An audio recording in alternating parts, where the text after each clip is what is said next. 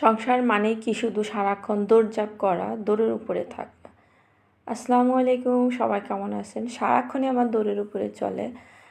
আমার দুটো বাচ্চা, তাদের নিয়ে আমার সারাক্ষণ দৌড়াদৌড়ি কাজ করা, মানে কখনো রেস্ট নেওয়ার সুযোগ হয় না। আহ, এটাই সংসার জীবন। সকালবেলা উঠে এখানে আমি আমার গাছের কাছে চলে আসি। আমার সবচেয়ে পছন্দের যে জায়গা, সেখানে গাছগুলোতে পানি দিয়ে নিই। আর এই পানি না দিলে আমার একটুও ভালো লাগে না, তাই যখন পানি শুকিয়ে যায় তখনই আমি আমার গাছগুলোতে পানি দিই। আর সংসার জীবনটা হলো আমার কাছে মনে হয় যে রান্না বান্না করা, খাওয়া দাওয়া করা, বাচ্চা সামলানো, দৌড়ঝাঁপ, মানে এর উপরেই চলতে থাকে।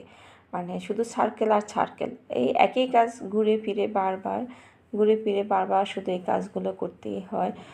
এই যে আমার ফুলের গাছগুলো আমি কি সুন্দরভাবে পানি দিচ্ছি, প্রতিদিন একইভাবে পানি দিচ্ছি, সেই একই সার্কেল, শুধু এটা সার্কেলভাবে ঘুরে যাচ্ছে, এই আর কাজ, এছাড়া কোনো কাজ নেই।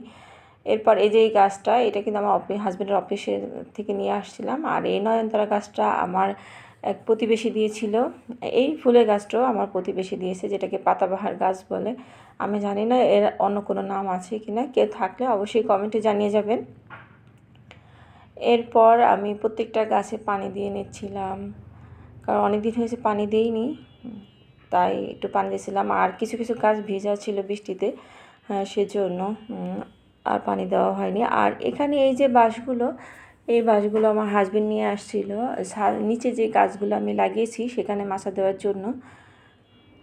এই বাঁশগুলো পাশে ছাদে রাখলে হয়তো কেউ নিয়ে যেতে পারে, তাই বাসায় নিয়ে আসছি। এরপর এই যে মানি প্লান্ট গাছটা আমি অনেক দিন ধরে এভাবে রেখে দিছি, কিন্তু বড়ই হচ্ছে না। বড় না হওয়াতে আজকে এটা অন্য জায়গায় আবার শিফট করব, দেখি কীরকম হয়। তাই বাচ্চারা যেহেতু ঘুমাচ্ছে, তাই সকালবেলা উঠে এই কাজগুলো আগে আমি সেরে নিচ্ছি। এইটার মধ্যে এই যে মাটি ভরে তারপরে এর কাজগুলো দিয়ে দেব। এই যে আমার মানি প্লান্ট শিফট করা হয়ে গেছে, এবার এই টবে ঝুলিয়ে দেব। এরপর গাছে একটু পানি দিয়ে তারপর আমি আবার রান্নার কাজে ফিরে যাব। আর এখানে ছিল লিলি গাছ, লিলি গাছটাও কেটে আমি সুন্দর করে করে দিয়েছি। এরপর গাছ লাগানো শেষে আমি এক গ্লাস পানি নিয়ে বসছি। সকালবেলা একটু পানি খাবো, আর রেগুলার মেডিসিন যেটা খেতে হয় তাই খাবো। পানি খেয়ে আবার আমি কিচেনে আসছি। এখানে সকালবেলা উঠেই কিন্তু আমি প্রথমে একটু আটা সিদ্ধ করে নিয়েছিলাম। আজকে যেহেতু রুটি বানাবো, তাই ভাবছি যে সকালবেলা উঠে আগে কাজটা করে নিই। আটাটা সিদ্ধ করে রেখে আমি বাকি কাজগুলো করেছিলাম, কারণ ততক্ষণে আটাটা আমার একটু ঠান্ডা হয়ে যাবে, না হয় আমি এটারে মতে ডো বানাতে পারবো না। এরপরে যে রাতে সবজি নিয়ে আসছিল হাজব্যান্ড, সেই কুশি, তারপরে কুশিতে কী রান্না করবো সেটাও ভাবছিলাম। আর নিয়ে আসছিল লতি, আমার সবচেয়ে পছন্দের খাবার। লতি হলে তো কোনো কথাই নেই। আর এই যে পেঁপেগুলো আমি আগে ছিল বাসায় কেটে রেখেছি এবং কেমন নষ্ট হয়ে গেছে, তাই ভাবছি যে গাছে দিলে আমার সবচেয়ে বেশি ভালো সার হবে, সেজন্য আমি রেখে দিচ্ছি। এর সঙ্গে আরেকটাও ছিল মিষ্টি কুমড়া। দেখেন কত বড় একটা মিষ্টি কুমড়া নিয়ে আসছে। এত বড় মিষ্টি কুমড়া নিয়ে আসলে বেশিরভাগ সময় দেখা যাচ্ছে অর্ধেক হয়, বাকিটাই নষ্ট হয়। এখনও বাচ্চারা ঘুমাচ্ছে, ওঠে নাই, দুই ভাই বোন যে ঘুমিয়ে আছে।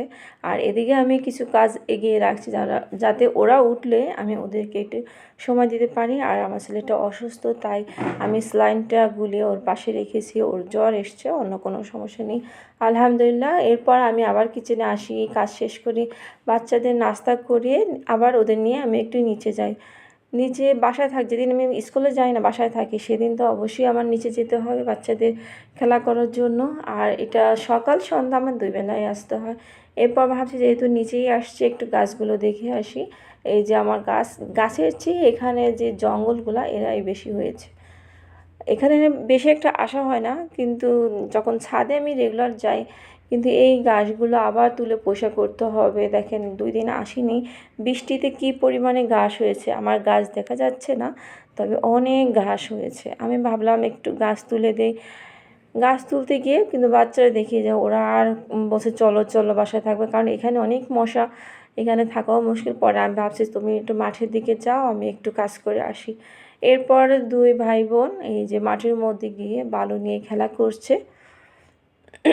আমি একটু কাজ করছিলাম, বাট বেশি সময় কাজ করি না, রোদ লাগছিল। আর এদিকে বাসায় এসেও রান্না করতে হবে, সেজন্য আর কাজ করা হয়নি। এসে সেলাই মেশিনে একটু কাজ করেছিলাম।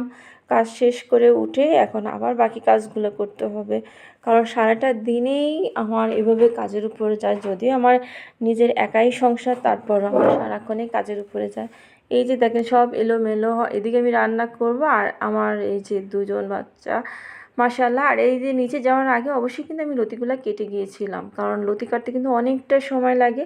ভাবছি ওদের নিচে যাওয়ার আগে লতিগুলো কেটে রেখে যাই, আর সবজিগুলো যদি কেটে রেখে যাই তাহলে দেরিও হলো এসে শুধু রান্না করতে পারবো। আজকে তেমন কিছুই রান্না করবো না, শুধু কুশি দিয়ে ডিম দিয়ে ভেজে নেব, কারণ লতি ওরা খাবে না। তাই আজকে হাজবেন্ড যেহেতু বাসায় নেই, আমার একার জন্য লতি রান্না করব না। তাই আমি কুশিগুলো রান্না করার জন্য প্রথমেই একটা কড়াইতে কিছুটা তেল দিয়ে গরম করে, আর সঙ্গে কিন্তু আমি কাঁচা ঝাল আর পেঁয়াজও দিয়েছিলাম একসঙ্গে, সেটা আলাদাভাবে ভেজে নিয়ে এবার সবজিটা বসিয়ে দেব। আর এখানে ডিমটা দিয়েছি কারণ বাচ্চারা খাবে, তো শুধু সবজিটা হলে কেমন হয়, সেই জন্য ডিমটা দিলে ভালো লাগে। আর কুশি যখন ভাজা হয় চিংড়ি মাছ অথবা ডিম দিয়ে ভাজলে সেটা খেতে কিন্তু ভীষণ মজা। আচ্ছা, আপনার বাসায় কীভাবে করেন এই কুশিটা অবশ্যই কিন্তু কমেন্টে জানিয়ে যাবেন। এরপর কিছু সময় নাড়াচাড়া করে ডেকে দিয়েছিলাম, আর এদিকে চলে আসছে যে ভাজিটা হতে থাকুক। অলরেডি প্রায় 1:30টার মতো বেজে গেছে, সেজন্য আমি ঘরটা একটু ঝেড়ে নিচ্ছি। প্রতিদিনই ঘর ঝাড়ু দিতে হয়, ঘরটা একটু ঝাড়ু দিয়ে নিচ্ছি, আর ঘরটা পরিষ্কার করব না। আর এদিকে সেই যে আমার বাবা মা, মানে আমার ছেলে মেয়ে দুইজনই টিভি দেখছে, দুজনে টিভি দেখছে। আর দেখেন ছোপার কি অবস্থা করে রাখে তারা, মাশাআল্লাহ।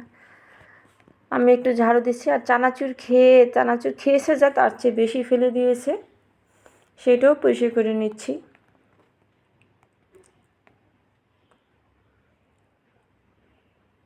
পুরো রুমগুলো ঝাড়ু দেওয়া আমার কাছে মনে হয় অনেকটাই কষ্ট, কারণ এখানে হেল্পিং হ্যান্ড পাওয়াই যাচ্ছে না। এরপর আমি সবজিটা ঢেকে দিয়েছিলাম, অর্ধেক সিদ্ধ হয়ে গেছে, প্রায় 80% সিদ্ধ হয়ে গেছে। সিদ্ধ হওয়ার পরে আমি আবার বাকিটা করার জন্য একটা ডিম দিয়ে আবার আসি এখানে। এসে এই যে রান্নাঘর পুরো ক্লিন করে নেব। রান্না শেষ হয়ে যাক বা শেষ না হোক, মাঝে মাঝেই চুলা পরিষ্কার করাই আমার একটা অভ্যাস। তাই রান্না শেষ হয়ে যাওয়ার পরে একদম ভীম দিয়ে ভালোভাবে চুলাটা ক্লিন করে নিচ্ছি। আর এই চুলাটা সুন্দর পরিষ্কার না থাকলে কিন্তু আমার মনটাও পরিষ্কার থাকে না, মানে মনটা ভালো লাগে না, মনটা ভালো লাগে না। সেজন্য আমি পরিষ্কার করে একদম সুন্দর ঝকঝকে করে নিচ্ছি। আর এটা করতে পারলে একটু স্যাটিসফ্যাকশন লাগে, খুব ভালো লাগে, তাই একদম সুন্দরভাবে পরিষ্কার করে নিচ্ছি। রান্নাবান্না শেষ যেহেতু, আর একদম ফ্রেশ করে ক্লিন করে, আর এইদিকে থালা বাসনও ধুয়ে নেব। এরপর কিছু কাপড় চোপড় ধুয়ে গোসল করে একবার চলে আসি, এসে কাপড়গুলো নেড়ে নেব। প্রতিদিনের কাজ এগুলো আমার একদম প্রতিদিনই করতে হয়। ঘর মোছা, ঘর ঝাড়ু দেওয়া, কাপড় ধোয়া, বাচ্চাদের সামলানো, সেই একই কাজ রেগুলার। এরপর এই যে জিরাগুলো অনেকদিন ক্যাবিনেটের ভিতরে ছিল, দেখি যে কেমনটা কালচে হয়ে গেছে, তাই একটু রোদ দেওয়ার চেষ্টা করলাম, রোদ দিল। আর এদিকে দেখেন কাপড় শুকাতে সাথে সাথে আবার বৃষ্টি চলে আসছে, তাই মাত্র কাপড়গুলো মেলে দিয়েছি, এখন আবার কাপড়গুলো তুলে ফেলতে হচ্ছে। এই বর্ষার দিন আসলে এই একটাই সমস্যা, কাপড় দেওয়ার সাথে সাথেই আবার বৃষ্টি শুরু। এই যে বৃষ্টি শুরু হয়ে গেছে, আমি আবার একটু ভিডিও শ্যুট করে নিলাম, কারণ এই আমার বাসার পাশে যে সিনারিটা, এটা দেখতে কিন্তু ভীষণ সুন্দর। এখানে দাঁড়িয়ে থাকলেই আমার মনটা ভালো হয়ে যায়। এখান দিয়ে মেট্রো একটা রাস্তা, এত ভালো লাগে দেখতে। আমি একটু বৃষ্টি ধরার চেষ্টা করেছিলাম। এরপর বিকালবেলা ঘোরাঘুরি, ছাদে যাওয়া সব হয়েছে, বাট আমি কোনো ভিডিও ক্লিপ নেইনি। সন্ধ্যায় এসে আমার মেয়ে বলে যে কী নাস্তা করবে, তাই তাকে আমি নুডলসের পাকোড়া বানিয়ে দিই। যদিও নর্মালি নুডলসটা রান্না করে দেয়, ইদানিং ওরা নুডলসটা খাচ্ছে না, সেজন্য আমি নুডলসের পাকোড়া বানিয়ে দিচ্ছিলাম।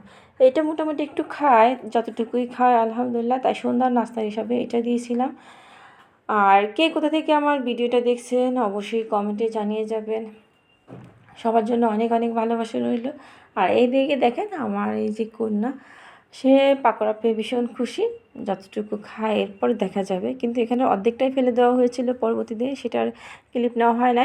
এরপর এই যে দুইজন দেখেন ভিডিও দেখছে, আমার মেয়ের একটা ফেভারিট শো হয়ে গেছে ইদানিং এই ভিডিওটা দেখার জন্য। সবাইকে অসংখ্য ধন্যবাদ, আল্লাহ হাফেজ।